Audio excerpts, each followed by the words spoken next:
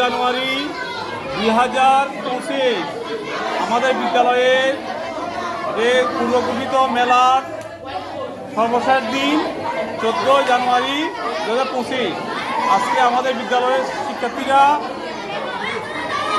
পূর্বঘোষিত খেলাধুলা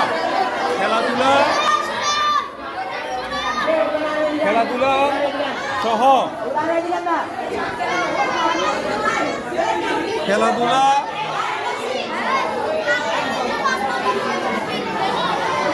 তোমাদের তোমরা যে মেলা আয়োজন করেছো, খেলাধুলা মেলা, তোমার কি আইটেম এনেছো এবং এটা উদ্দেশ্য কি?